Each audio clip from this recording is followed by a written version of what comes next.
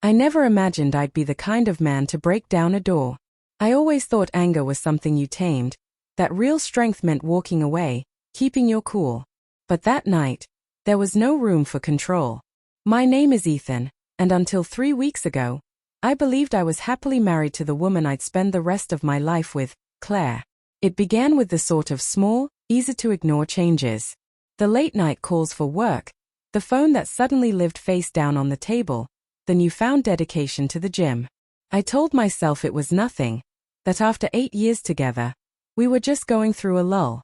But once suspicion takes root, everything turns into proof. Every laugh sounds false, every glance becomes an accusation. That Friday, she said she was heading to her friend Megan's for a girls' movie night. Something in her tone made my stomach twist. Her words were too light, too practiced, like she'd rehearsed them. I kissed her cheek and told her to have a good time, but as she walked out, a weight settled in my chest that I couldn't shake. I waited an hour before I followed her. Call it instinct, call it foolishness, I just needed to know. Megan's place was across town, about a 20-minute drive. But Claire's car wasn't anywhere near her building. I circled the block twice. Nothing. I called, no answer. Texted her. Hope you're having fun. Still nothing. Then I saw it. Her car parked outside a small apartment complex near the river. I pulled over, turned off the headlights, and just sat there, trying to breathe. Every rational thought told me to go home, to stop before I made things worse. But when someone you love turns your trust into a joke, reason doesn't stand a chance. I climbed the stairs slowly, each step echoing like a warning. The hallway smelled of stale beer and cheap cologne. Apartment 2B. The door was slightly open, light spilling into the hall. My heart pounded so loud I could barely hear. But I caught the sound of laughter, hers. That same laugh I hadn't heard in months. I pushed the door open. Time didn't slow down, it just broke. Claire was on the couch, wrapped in a blanket that wasn't ours, next to a man I'd never seen before. His shirt was off. Her hair was a mess, her legs tucked under her, a glass of wine in her hand. When she saw me, the color drained from her face so fast it was almost unreal. "Ethan, what are you?" she started. I didn't answer. I just stared. The air felt thick, heavy enough to choke on. My chest burned, but no words came. The guy scrambled for his shirt while Claire began crying, reaching toward me, stammering, "It's not what it looks like." That line.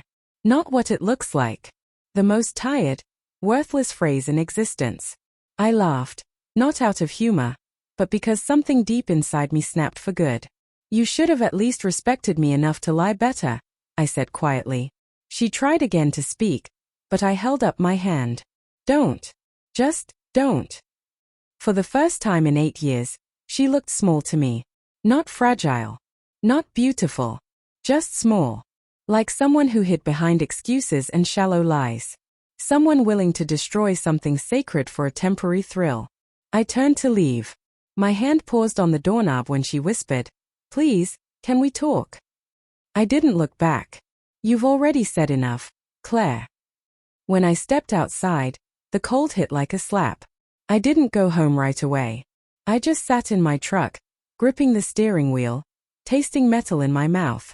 I thought of every moment that led us there, every excuse, every uneasy feeling I'd ignored because I loved her.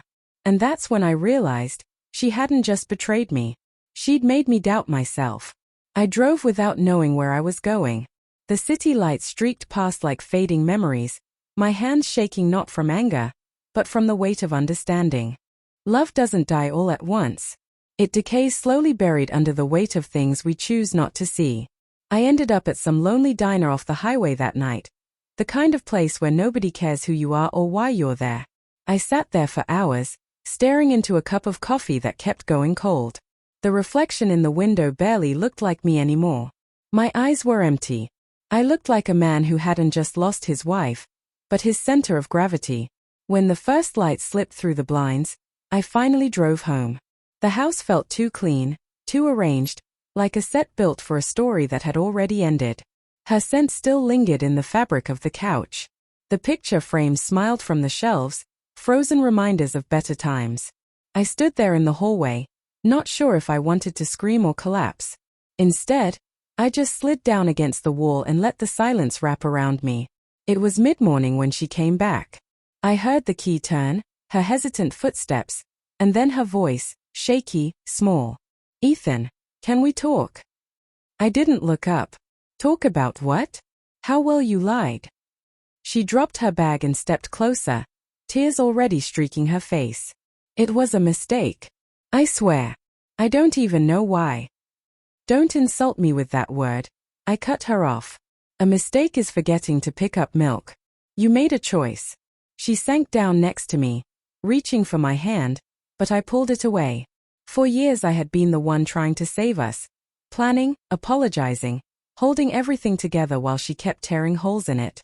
I realized then that I hadn't been loving the woman standing in front of me anymore. I'd been loving the memory of who she used to be. "I'll do anything," she whispered. "Therapy, time apart, whatever it takes."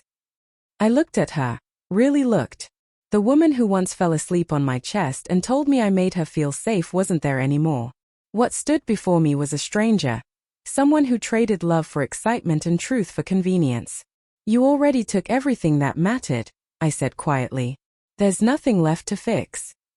That night, I packed a few things. Not everything, just enough to start over. Some clothes, my grandfather's watch, my dog, and the resolve to leave for good. She cried, begged, clung to me by the door. "Please don't leave like this," she said through tears. I almost smiled. "Like this, Claire? There's no good way to leave someone who already left months ago." I walked out without slamming the door. The soft click behind me was louder than any argument we'd ever had. Weeks passed. She called, texted, left messages I never listened to. I changed my number, erased our photos, blocked her everywhere. I finally understood that the closure I wanted wasn't something she could give. It had to come from silence, from piecing myself back together after years of losing parts of who I was just to keep her happy. Sometimes the memories still show up. Her laugh, her perfume, the way she'd say "love you" without even looking up from her phone. But they don't hurt anymore. They're just ghosts now, faint echoes of a life that doesn't fit me anymore. I started running again, joined a small gym, made friends who didn't need my backstory. There's a quiet peace that comes when you stop needing explanations. You stop replaying what went wrong and start creating what comes next. A few days ago, a friend mentioned that Claire had moved away. She's apparently working on herself. Maybe she is. Maybe she isn't. It's not my burden anymore. What I've learned is simple. Love should never cost you your sense of self. And when someone shows you who they are, believe them the first time. That night when I threw the door open, I thought the sight on the other side would destroy me. But now I see it was liberation. It shattered the illusion, the pretending, the waiting. I didn't lose a wife that night. I lost the version of myself who thought pain was proof of love. And now, when I look in the mirror, I finally recognize the man staring back. He's not broken. He's free.